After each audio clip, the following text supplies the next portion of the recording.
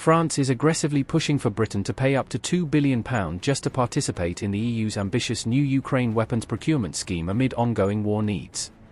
The EU scheme, backed by a massive €90 billion loan package, is specifically designed to keep Ukraine both well-armed and financially stable against Russian aggression. Kiev can utilize around €60 billion from this fund for military resistance efforts and critical weapons purchases over the next crucial 2 years of conflict.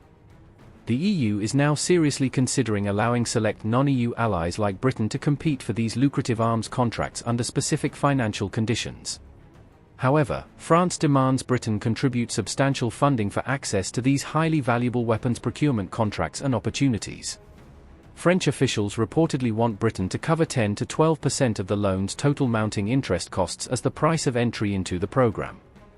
This hardline position reflects President Emmanuel Macron's long-standing crusade for greater European strategic autonomy in defense matters. For France, EU money should primarily strengthen domestic European arms industries rather than subsidizing outside suppliers like Britain or America.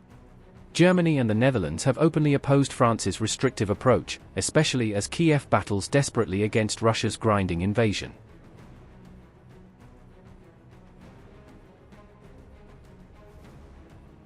European defense officials recognize British weapons like the Storm Shadow missile serve as critical gap fillers that the continent desperately lacks.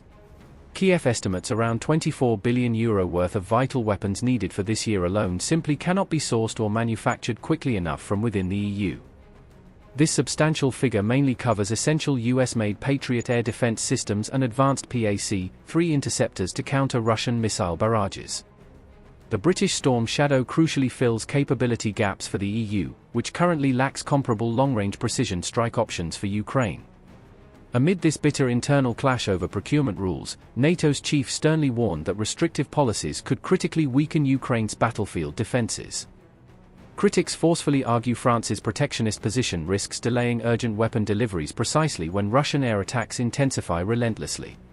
The heated dispute starkly highlights deepening divisions inside Europe over the optimal structure and priorities of military aid flowing to Ukraine. Ukrainian President Zelensky has repeatedly and urgently called on all the country's Western allies to dramatically bolster its increasingly vulnerable defense systems. Few air defense systems provided by Kiev's international allies had completely run out of ammunition during several critical moments earlier this year. The share of domestically produced Ukrainian weapons actively deployed at the front currently stands at about 40% and will rise by another 10% by the end of 2025.